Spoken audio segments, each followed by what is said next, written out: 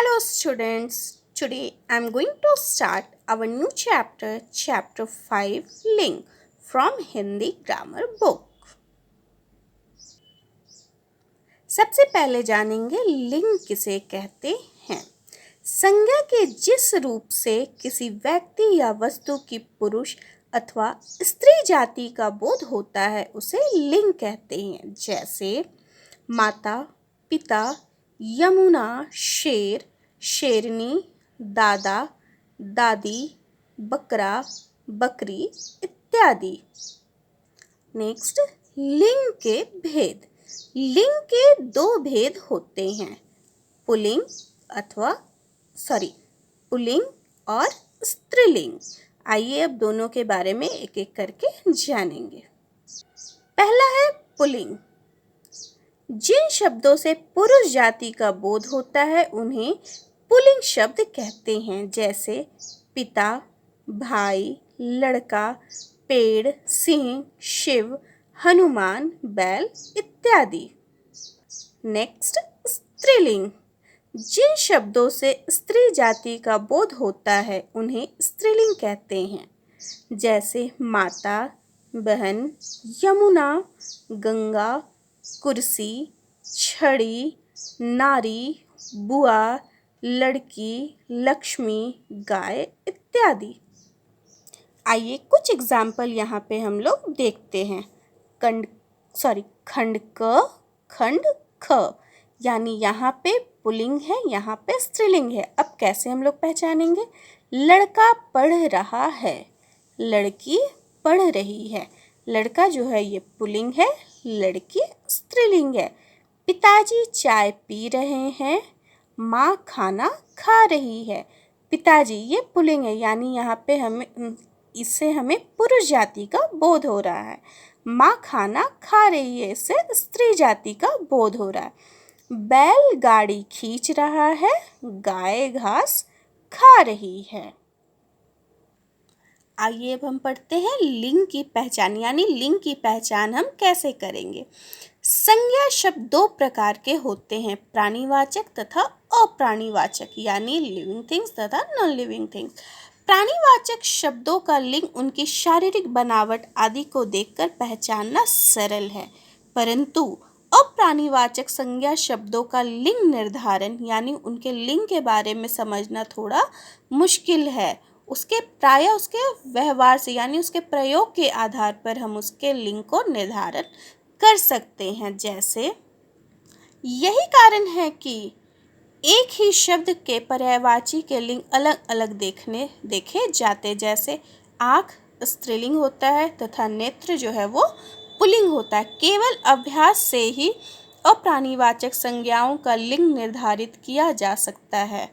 फिर भी पहचानने में निम्नलिखित नियम का सहारा लिया जा सकता है, यानी हम जितना प्रैक्टिस करेंगे अप्राणीवाचक का लिंग निर्धारण करना हमें उतना इजी होगा। इसका कोई भी फॉर्मूला वैसा नहीं, लेकिन फिर भी हम कुछ इसमें से पहचान सकते हैं। आइए देखते हैं पुल्लिंग की पहचान। जिन शब्दों के अंत में अ आता है वे प्रायः पुल्लिंग होते हैं। जैसे बालक, विद्यालय, शरीर, अध्यापक, सागर, सिंह आदि। यानी यहाँ पे बालक हम पढ़ रहे हैं तो यानी यहाँ पे लास्ट में कोई भी मात्रा नहीं है, यानी कि यहाँ पे अ है। विद्यालय अ। इसी तरह से हम लोग ये सारे शब्द जो है जिसके अंत में अ आता है वो पुल्लिंग होते हैं।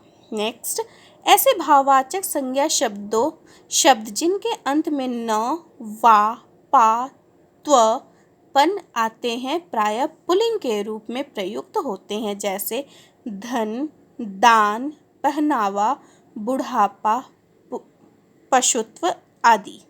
ये सभी जो है ये भाववाचक संज्ञा है। इसी तरह से हम इन सब को अच्छे से पढ़ेंगे एक एक करके और समझेंगे, तभी हम लोगों को पता चलेगा कि स्त्रीलिंग शब्द बनाने के नियम पहचानने के तथा पुल्लिंग शब्द पहचानने के नियम क्या क्या हैं। नेक्स्ट, नित्य पुल्लिंग शब्द, यानी जो हमेशा पुल्लिंग के रूप में जिसका प्रयोग किया जाता है। मच्छर, उल्लू, खरगोश, गरुड़, चीता, तोता, भालू, भेड़, कछुआ, ये सभी नित्य पुल्लिंग शब्द है। इनका स्त्रीलिंग रूप बनाने के लिए इसके आगे हम लोग मादा शब्द जोड़ते हैं, जैसे मादा मच्छर, मादा उल्लू, मादा खरगोश, मादा गरुड़, मादा चीता इत्यादि। नेक्स्ट है नित्य स्त्रीलिंग शब्द, यानी जिसका प्रयोग हम लोग, जो शब्द हमेशा स्त्रीलिंग के रूप में प्रयोग होते हैं। मैना, मछली, कोयल, गिलहरी, छिपकली, तितली, ये सभी नित्य स्त्रीलिंग शब्द हैं। इसका पुल्लिंग शब्द बनाने के लिए हम शब्द के आगे नर लगाते, जैसे नर मैना, नर मछली, नर कोयल, नर गिलहरी, नर छिपकली इत्यादि। शब्दों का लिंग परिवर्तन, यानी शब्दों का लिंग परिवर्तन हम किस किस आधारों पर करते हैं, कैसे कैसे करते हैं। हिंदी भाषा में पुल्लिंग शब्दों से स्त्रीलिंग शब्द बनाने के कुछ विशेष प्रत्ययों का प्रयोग किया जाता है।